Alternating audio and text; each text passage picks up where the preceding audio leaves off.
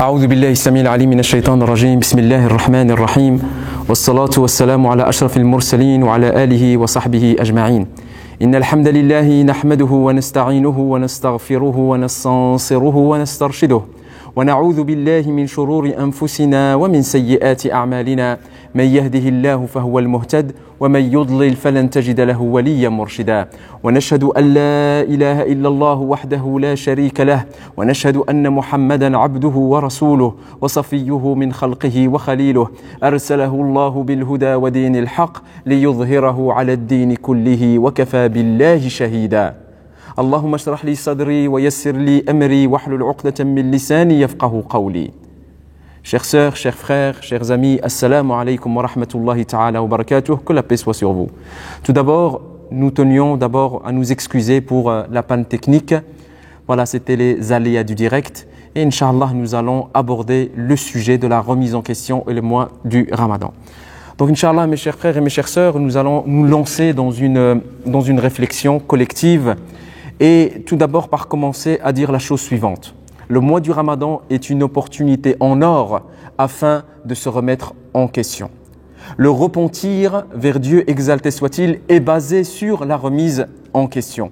Dieu exalté soit-il dit « Kutiba alaykumus siyamu kama kutiba ala alladhina min qablikum la'allakum tattaqun » On vous a prescrit le jeûne, le siyam, comme il a été prescrit aux gens avant vous, afin peut-être atteindriez-vous la piété. Les savants disent qu'effectivement, parmi les objectifs ou l'objectif du jeûne, c'est la piété. Alors c'est quoi la piété? Je donne la parole à l'imam Ali, karramallahu wajhah, qui dit « At-taqwa al-khawfu min al-jalil, al-khawfu min al-jalil, wal-amalu bima fi at-tanzil, wal-isti'dadu li yawm ar-rahil » Taqwa tel qu'il est défini, tel que l'imam Ali l'a défini, il dit, et c'est une belle définition que je répète souvent, parce qu'à la fois elle est synthétique, elle est synthétisée, en plus de ça, elle est englobante. Il nous dit, il s'agit de craindre Dieu exalté soit-il. Deuxième chose, il s'agit justement de agir et d'œuvrer en fonction de la révélation. Et puis troisième chose, se préparer au grand départ. Le grand départ, c'est de passer de la vie d'ici-bas vers la vie dernière. Al-isti'dadu li yawm ar-rahil, yawm al-qiyamah, yawm al-hisab, yawm la yanfa'u malun wa la banun illa man ata Allah bi qalbin salim. Le fait de se préparer à ce grand jour, le jour de la rencontre avec Dieu exalté soit-il, le jour du jugement, le jour où ni les enfants, ni les biens, ni les enfants ne seront d'aucune utilité, sauf une personne ou sauf celui qui vient avec un cœur saint. إلا من أتى الله بقلب سليم وكان النبي صلى الله عليه وسلم يقول التقوى ها هنا. Le messager de Dieu صلى الله عليه وسلم disait la piété est là et il indiquait le cœur. Donc la sincérité est dans le cœur, comme l'hypocrisie peut se nicher dans le cœur. Alors une question que nous devons absolument nous poser, qu'est-ce qui occupe notre cœur? La véracité, la sincérité ou bien l'hypocrisie ou bien un mélange? En tout cas, il est l'heure de se poser les bonnes questions. La bonne question. Mon cœur, quel est l'état de mon cœur? Et si je meurs aujourd'hui, est-ce que je me présenterai devant Dieu exalté soit-il avec un cœur saint? Car Dieu Azza wa Jalla dit يَوْمُ لَا يَنْفَعُ مَالٌ وَلَا بَنُونَ إِلَّا مَنْ أَتَى اللَّهَ بِقَلْبٍ سَلِيمٍ. Ce jour-là, le jour dernier, ni tes biens, ni tes enfants ne te seront d'aucune utilité. Sauf celui qui vient à Dieu, sauf celui qui vient à Dieu avec un cœur saint. Alors, quand je disais qu'il faut se remettre en question, l'élément sur lequel doit s'exercer notre remise en question en priorité, les frères et les sœurs, l'intention. An-niyya, l'intention. يقول النبي صلى الله عليه وسلم إنما الأعمال بالنيات. Les actes ne valent que par les intentions. Les actes ne valent que par les intentions. Les actes ne valent que par les intentions, mes chers frères. Alors, et Inch'Allah, j'y reviendrai avec l'intention en vous citant un hadith tellement important. Un hadith, c'est un électrochoc. Le prophète sallallahu alayhi wa sallam nous dit que l'intention est essentielle. Et l'intention, sa place, où est sa place? La place est dans le cœur, mon cher frère. Et le cœur, c'est comment vous dire ça? C'est là où se trouve la maladie et c'est là où se trouve la guérison. يقول النبي صلى الله عليه وسلم ألا وإن في الجسد مضغة إذا صلحت صلح الجسد كله وإذا فسدت فسد الجسد كله. Il y a dans le corps un organe, s'il est sain, tout le corps est sain, et s'il est corrompu, tout le corps est corrompu.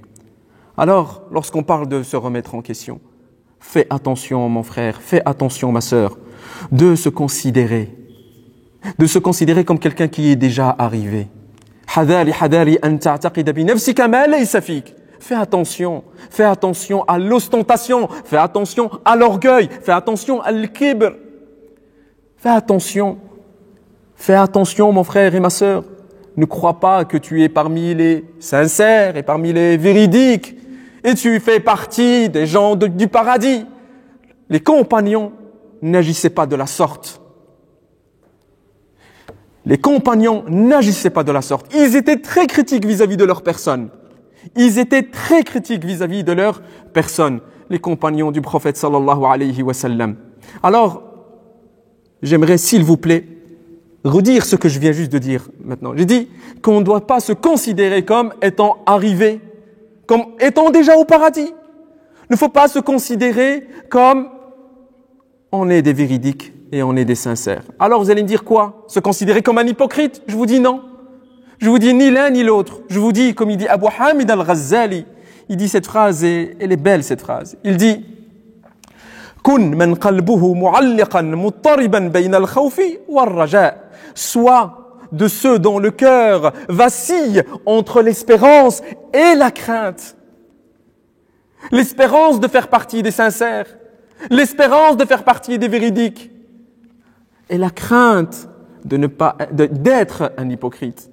Et la crainte d'être un hypocrite. Abu Bakr al-Siddiq, il disait, si mon pied droit était déjà au paradis et mon pied gauche à l'extérieur, je ne me sentirais pas en sécurité contre la ruse d'Allah subhanahu wa ta'ala.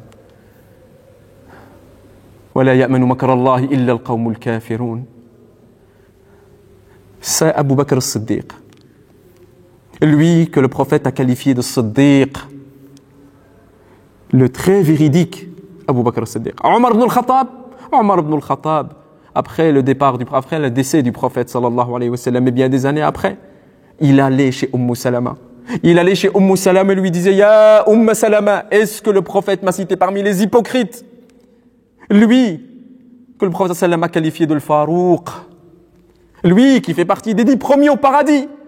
Mais ce témoignage ne l'a pas empêché d'être critique vis-à-vis de sa personne. Et subhanallah, j'en suis venu à tirer une conclusion, si vous me le permettez. Plus on est rigoureux vis-à-vis de soi-même, plus on est doux avec les autres. Plus on est négligent vis-à-vis de soi-même, plus on est dur vis-à-vis des autres. Je répète, parce que c'est une phrase importante. Et on le voit déjà à travers l'exemple prophétique. Lui qui applique ou qui adore Allah subhanahu wa ta'ala avec excellence, avec bel agir, avec ihsan. C'est le premier qui est doux avec les gens, qui ne juge pas les gens, qui ne condamne pas les gens. Parce que le prophète sallallahu vis-à-vis de sa personne, il est rigoureux. Il est rigoureux, le prophète sallallahu alayhi wa sallam. Omar ibn al-Khattab, la même chose. Lorsqu'il était calife, lisez sa sira, comment il était avec les gens, comment il était avec les pauvres, comment il était avec les orphelins. Mais vis-à-vis de sa personne, il était dur. Plus tu es rigoureux vis-à-vis de toi-même, plus tu es doux avec les gens. Mais plus tu es négligent avec toi-même, plus tu es dur avec les autres.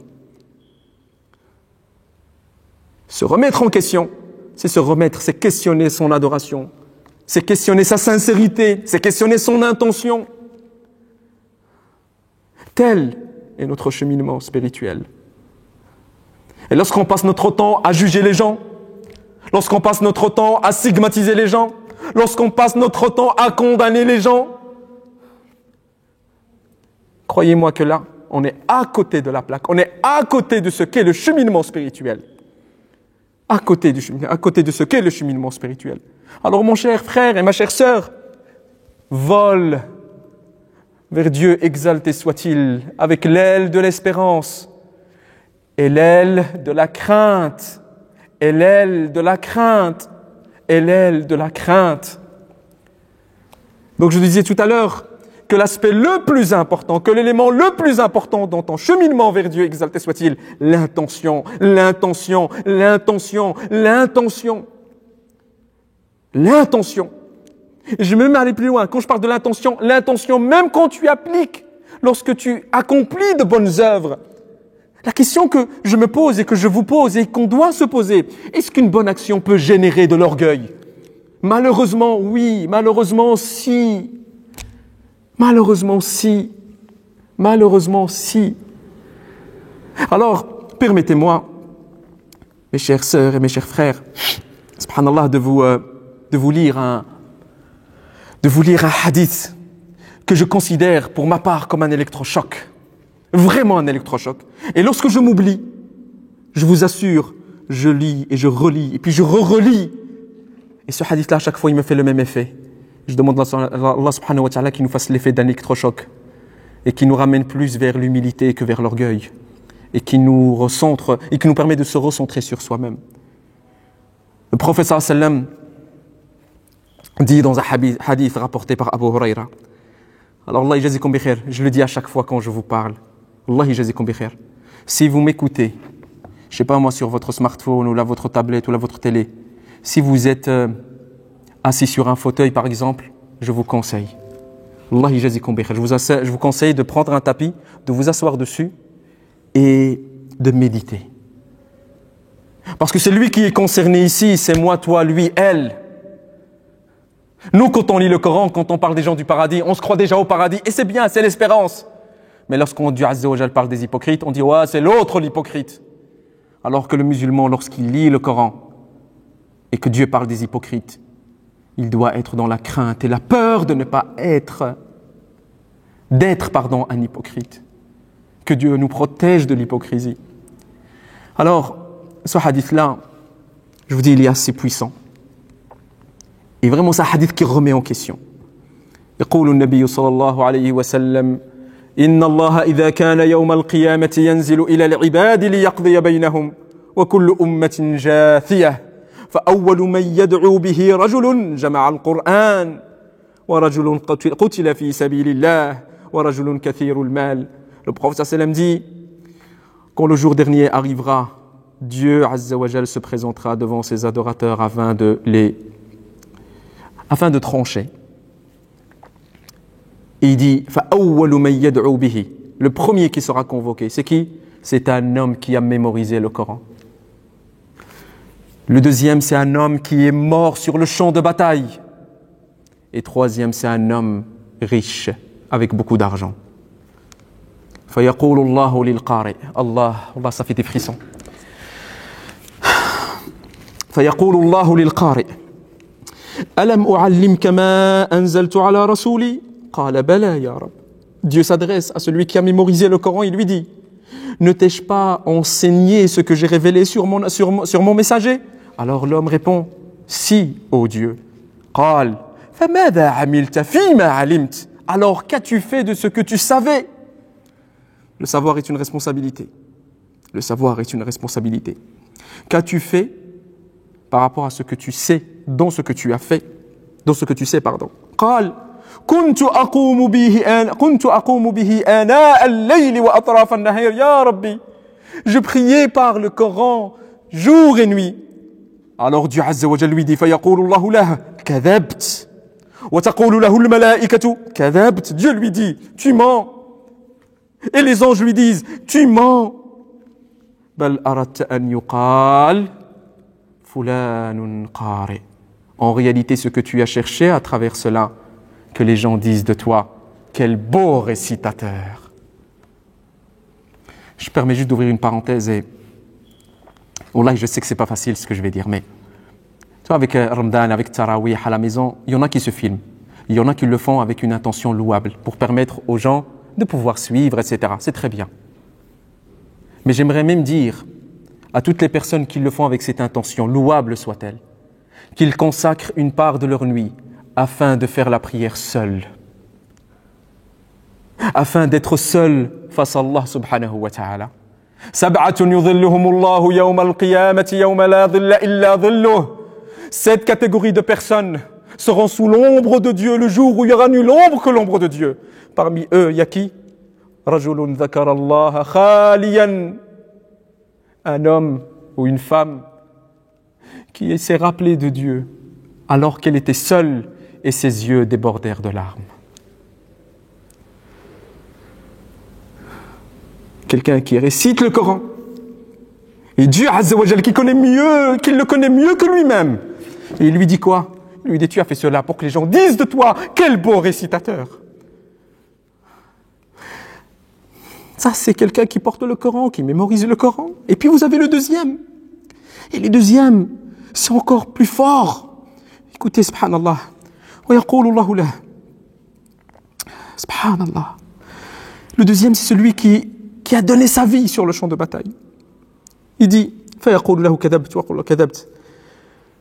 Wa yaqulu Allahu lahu bal aradta an yuqal fulan qari. Wa qad qila dhalik. Et les gens ont dit, ويؤتى بصاحب المال فيقول الله ألم أوسع عليك حتى لم أدعك تحتاج إلى أحد. Il parle, il s'adresse à celui qui a beaucoup d'argent, il lui dit, ne t'ai-je pas élargi, ou là, ne t'ai-je pas fait en sorte que tu sois assez riche pour que tu n'aies besoin de personne?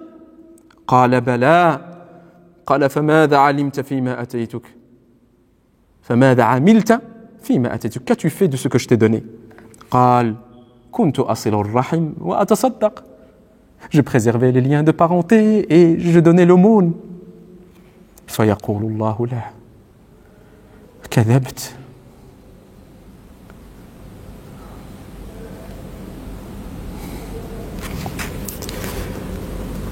Dieu lui dit, tu mens. Et les anges lui disent, tu mens. Et Dieu lui dit, بل أردت أن يقال فلان جواد. Tu as fait cela pour que les gens disent de toi, quel généreux. Et les gens ont dit, ثم يؤتى بالذي قتل في سبيل الله. Ensuite, on ramène celui qui a donné sa vie sur le champ de bataille pour Dieu. Pour Dieu. Voilà, je ne sais pas si vous voyez le signe, s'il vous plaît. Qui a donné sa vie pour Dieu. فيقول فيما قتلت. Et Dieu l'interroge et lui dit, pourquoi est-ce que tu es mort? فيقول أمرت بالجهاد في سبيلك. Tu as ordonné le fait qu'on accomplisse le djihad sur ta voie. Alors j'ai combattu jusqu'à ma mort. فيقول الله له كذبت. Dieu lui dit, tu mens. Et les anges répètent, tu mens. ويقول الله تعالى بل أردت أن يقال فلان جريء. Tu as fait cela pour que les gens disent de toi, quel courageux. فقد قيل ذلك. Les gens ont dit. Permettez-moi d'ouvrir une deuxième parenthèse. Malheureusement, certains musulmans ou certains qui appartiennent à l'islam ont commis des attentats immondes, pensant qu'ils faisaient le djihad. Et ces gens-là pensent, bien sûr à tort, qu'il suffit de mourir pour entrer au paradis. Ya subhanallah. Ya subhanallah.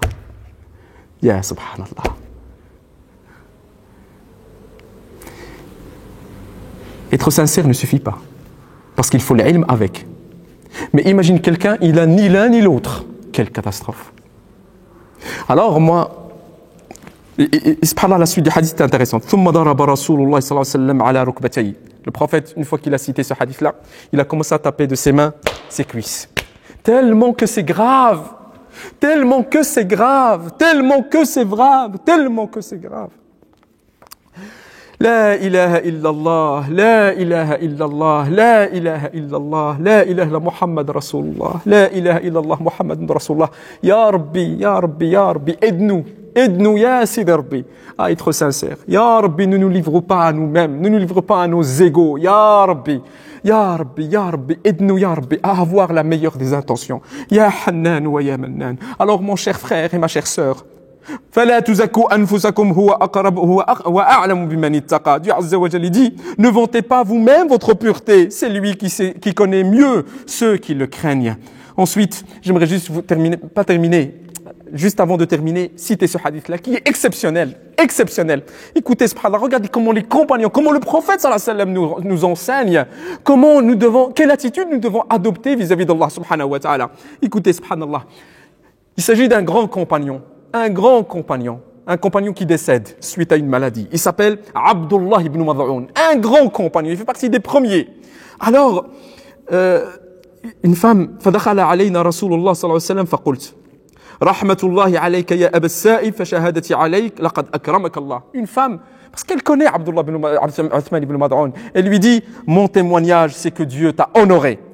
Écoutez la réponse du prophète sallallahu alayhi wa sallam. Et souvent je cite ce hadith-là. À tous les orgueilleux, à tous ceux qui pensent que leurs actions suffisent pour entrer au paradis. Et des gens qui décrètent qui rentrent au paradis et qui rentrent en enfer. Attention, al-habab. Plus vous êtes proche de Dieu, plus vous le craignez. Et votre crainte est en fonction de quoi? De la connaissance que vous avez de Dieu. Le prophète sallallahu alayhi wa sallam, il dit à cette femme, alors qu'elle témoigne en faveur d'un homme exceptionnel, Uthman ibn Mad'un, il lui dit, wa ma yudrik, qu'est-ce que tu en sais? Wallahi, qultu adri, wallahi qal amahu. Pardon, je me suis mélangé les pinceaux. وَمَا يُدْرِيكَ قُلْتُ أَدْرِي وَمَا أَدْرِي وَاللَّهِ. Ça veut dire, elle lui dit, par Dieu, je ne sais point. Alors le prophète sallam reprend, il dit, أَمَّا هُ فَقَدْ جَاءَهُ الْيَقِينَ. Quant à lui, la certitude lui est parvenue, à savoir la mort. إِنِّي لَأَرْجُ لَهُ الْخَيْرِ. J'espère pour lui le paradis, le bien. Regardez le raisonnement prophétique. J'espère, l'espérance et la crainte, j'espère pour lui le bien. Wallah, et cette phrase, oh là là, accrochez-vous. Wallahi ma adri, wa ana rasulullah, ma yuf'alu bi wala bikum. Le prophète reprend, il dit, par Dieu, alors que je suis le messager de Dieu, je ne sais pas ce qui se fera de moi ni de vous. Alors, nous, notre aqidah, elle nous pose à quoi? Bien sûr, s'il y a quelqu'un qui rentre au paradis, c'est le prophète, sallallahu alayhi wa sallam. Mais quel message il nous envoie! Mais quel message il nous envoie! Et on comprend alors les compagnons tels que Abu Bakr, tels que Omar, comment ils étaient rigoureux vis-à-vis d'eux-mêmes et comment ils étaient doux avec les autres. Arhamu ummati bi ummati Abu Bakr, le plus clément de ma communauté vers ma communauté, Abu Bakr as-Siddiq. Alors, remets-toi en question. Et fais attention, ne te dis pas, ouais, masha'Allah, je fais les bonnes actions. Attention. قل إن صلاتي ونسكي ومحياي ومماتي لله رب العالمين. Dis que ma prière, قل إن صلاتي ونسكي, les actes rituels, ma vie et ma mort pour Dieu. Mais est-ce que c'est pour Dieu? Est-ce que véritablement tu le fais pour Dieu? Azza wa Jal. Ça, c'est un trésor que Dieu Azza wa Jal donne à ses adorateurs qui sont humbles, modestes, pas orgueilleux. Et subhanallah, Abu Ibn Ata Allah Sakandari, il dit cette phrase, mais exceptionnelle. Il dit, رُبَّ مَعْصِيَةٍ أَوْرَثَتْ ذُلًّا وَانْكِسَارًا خَيْرٌ مِنْ طَاعَةٍ أَوْرَثَتْ عِزًّا وَاسْتِكْبَارًا. رُبَّ مَعْصِيَةٍ, qu'un péché, écoutez-moi, qu'une mauvaise action qui génère en toi une humilité est meilleure qu'une bonne action qui génère en toi de l'orgueil. Combien de fois, subhanallah, on a vu des personnes, alhamdulillah, tu pries bien et tu critiques tes frères, tu critiques tes sœurs. Prends le temps de te critiquer. Wallah al-ali al-azim. Si on prenait le temps de se remettre en question et de dénombrer nos propres défauts, on n'aurait pas le temps de critiquer les autres. On n'aurait pas le temps. Parce que tu serais occupé avec toi-même. Je serais occupé avec moi-même. Il y avait un frère sage. Subhanallah, c'est Mohamed al-Boutaïbi. J'oublierai jamais. Lors d'un compé qui nous a dit, quand vous pointez quelqu'un du doigt, n'oubliez jamais que les autres doigts sont orientés vers toi. On oublie les trois qui sont orientés vers toi et on stigmatise celui qui est face à nous. Alors mes chers frères et mes chères sœurs, je termine, et désolé si je suis un peu long, mais je vous conseille deux choses, al-Habab. La première chose, as-suhba as-salihah, la bonne compagnie.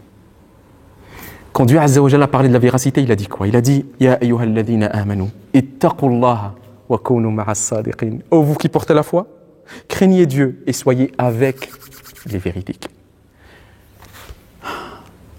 Mais il faut être humble pour accepter d'être avec les véridiques et apprendre d'eux.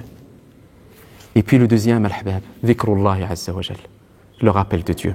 Le prophète sallam nous dit, Dieu Azza wa Jalla nous dit, قد كان لكم في رسول الله أسوة حسنة. Vous avez eu dans le messager de Dieu le meilleur exemple. Pour qui?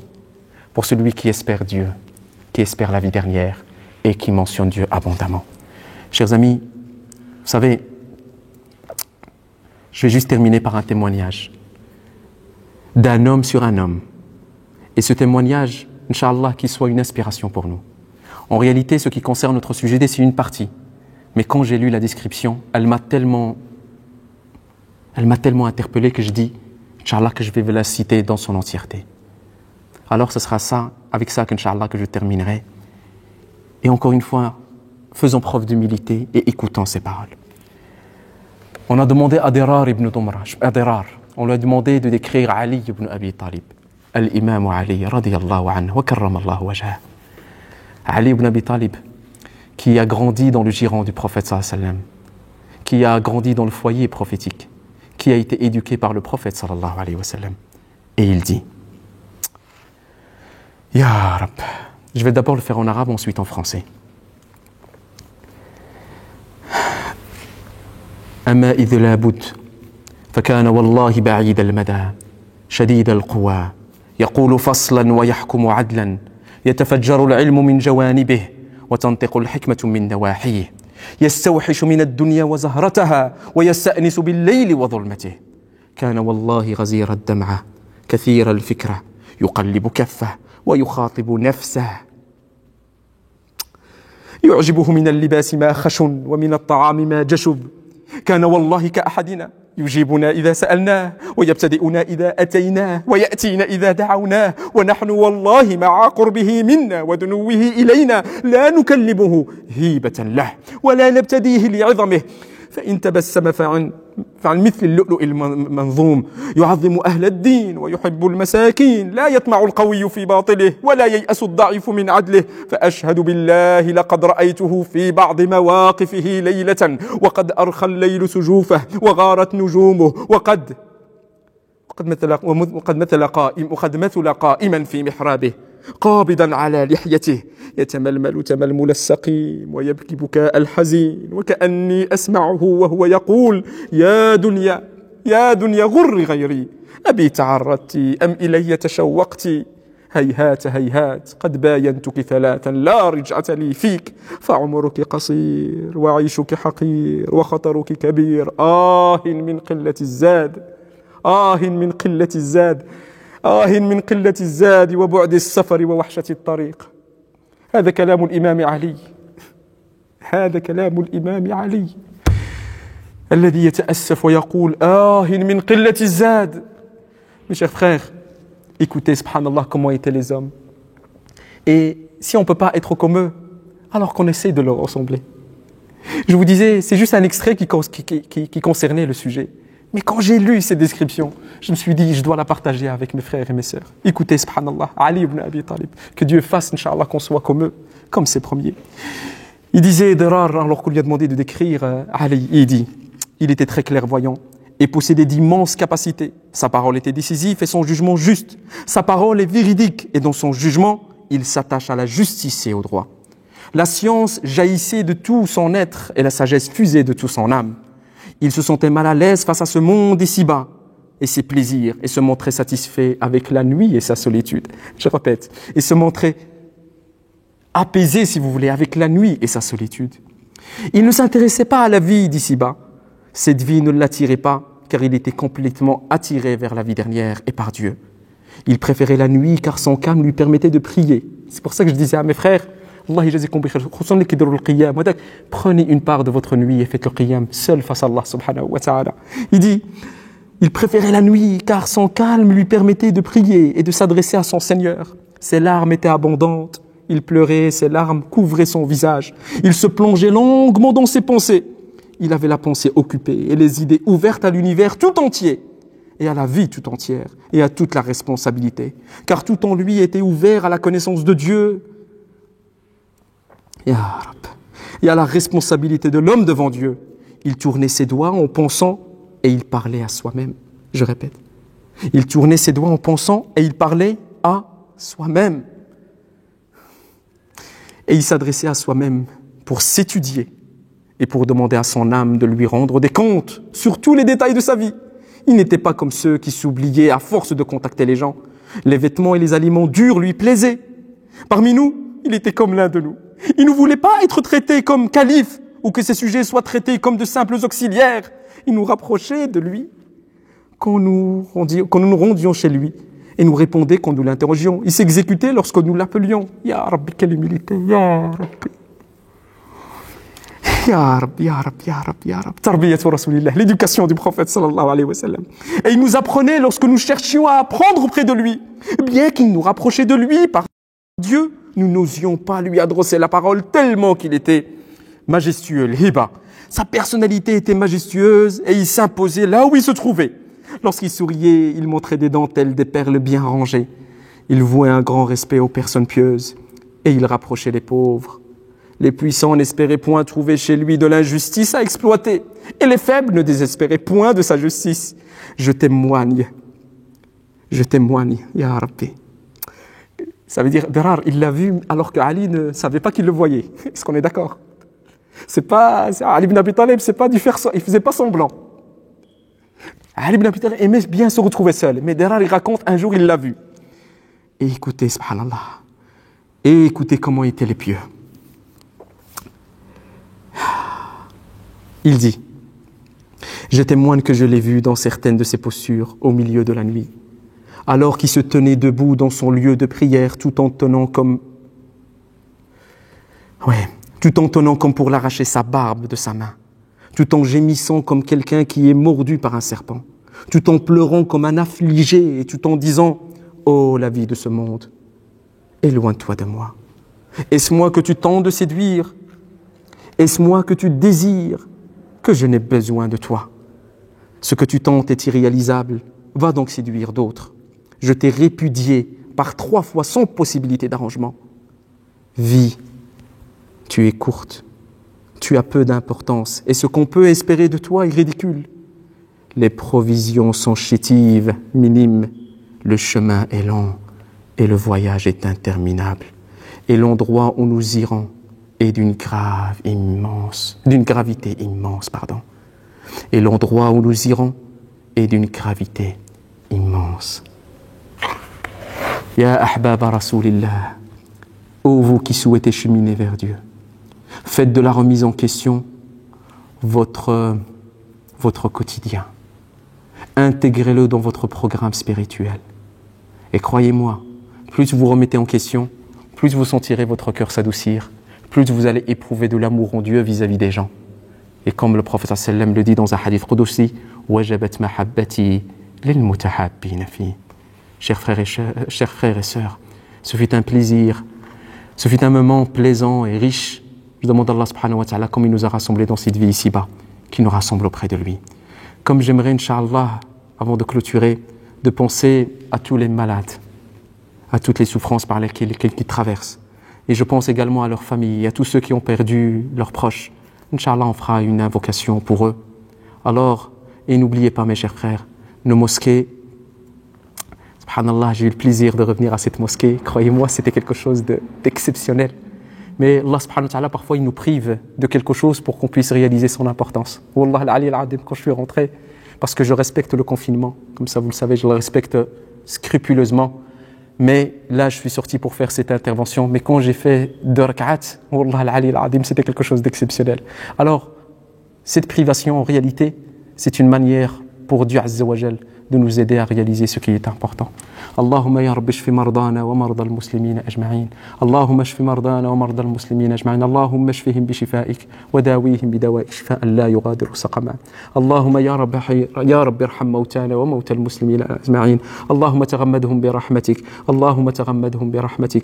اللهم يا رب لا تحرمهم النظر إلى وجهك الكريم. اللهم يا رب ارزقهم صحبة نبينا محمد صلى الله عليه وسلم. اللهم يا رب ارزق أهليهم وذويهم الصبر والسلوان et accorde يا ربي à ces familles. يا ربي accorde-leur une belle patience. Une belle patience. Comme au nom de la mosquée Al-Khalil, Inch'Allah, nous remercions tous ceux qui continuent à soutenir la mosquée.